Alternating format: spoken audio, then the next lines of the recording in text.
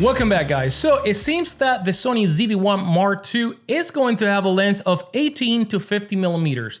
Nothing wrong with that. Some people may wish that it's a little bit longer, but where I think this camera got it wrong, or the rumor is wrong, is with the aperture range. This lens is gonna have an aperture that varies from f1.8 to f4. Again, we're talking about 18 to 50 millimeters with a wide variation of aperture, f1.8 to f4. This is not gonna be good for a lot of people, especially for those that were hoping to get this camera for video and photography, like myself.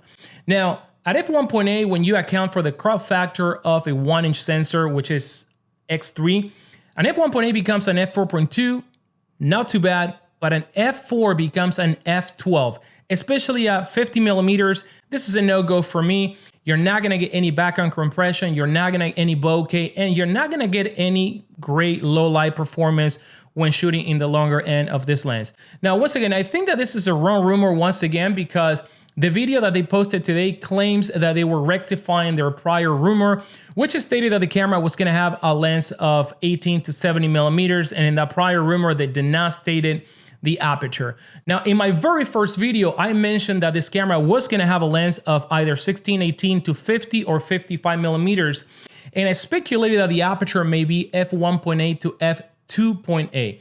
Now, f1.8 to f2.8 is nothing to brag about neither, but it's a lot better than f1.8 to f4, guys. Now, especially being the lens now a little bit shorter, up to 50 millimeters, I think once again that this is the wrong rumor, and I wouldn't see why they would want to make, a lens with such a weird aperture. So this is my opinion right here. Now, another thing that they were mentioning is that Sony is going to be reusing the same sensor from the Sony ZV1 Mark I.